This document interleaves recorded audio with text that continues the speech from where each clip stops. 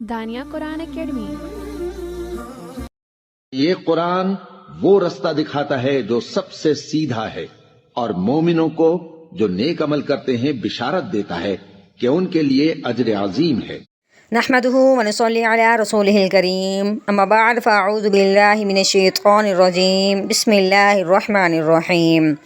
السلام علیکم ورحمۃ اللہ وبرکاتہ۔ امید ہے آپ سب خیریت سے ہوں گے، انشاءاللہ جہاں ہوں گے ایمان اور صحت کی نعمت سے مالا مال ہوں گے۔ ہاں جی، تو آغاز کرتے ہیں ہم اپنے آج کے سبق کا دعاؤں کے ساتھ۔ تو چلیے شروع کرتے ہیں۔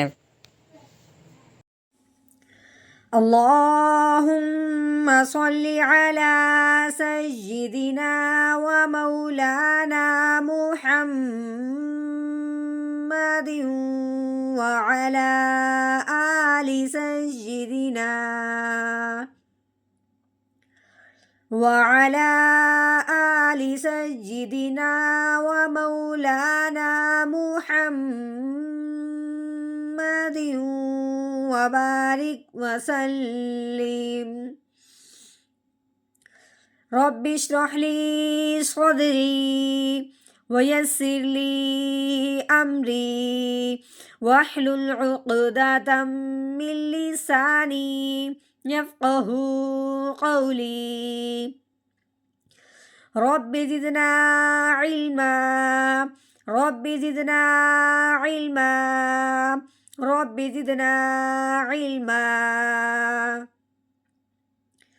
اعوذ باللہ من الشیطان الرجیم بسم اللہ الرحمن الرحیم۔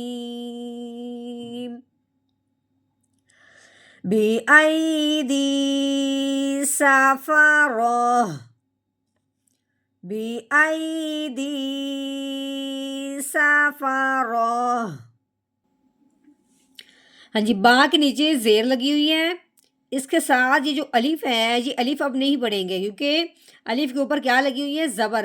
ایک تو پیچھے زیر ہے اس لیے بھی الف نہیں پڑھا جائے گا، دوسرے اس کے اوپر جو الف کے اوپر زبر لگی ہوئی ہے اس زبر آنے کی وجہ سے اس الف کو حمزہ پڑھا جائے گا، کیونکہ یہ قاعدہ ہے کہ الف کے اوپر زبر زیر پیش آ جائے اس الف کو الف نہیں پڑھتے، اس الف کو حمزہ پڑھتے ہیں۔ تو کیسے پڑھیں گے؟ با زیر بی۔ ہاں جی، اس حمزہ کو پڑھنے سے پہلے آگے جب دیکھا ہے آگے یا ساکن ہے، یہ جزم آنے کی وجہ سے یا ساکن ہو گیا۔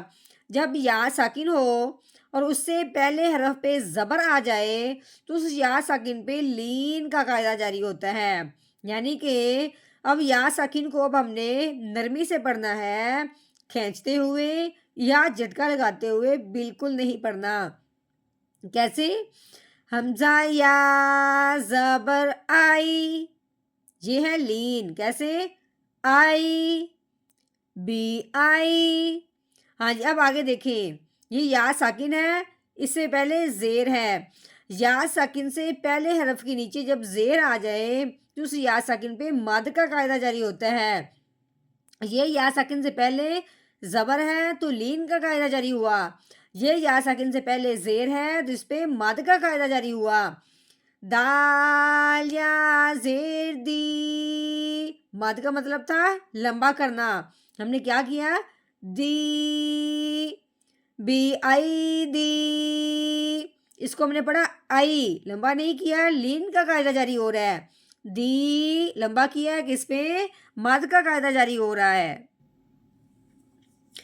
ہاں جی، سین کے اوپر زبر ہے، سین زبر سا، فا کے اوپر بھی زبر ہے، فا زبر فا، صافا۔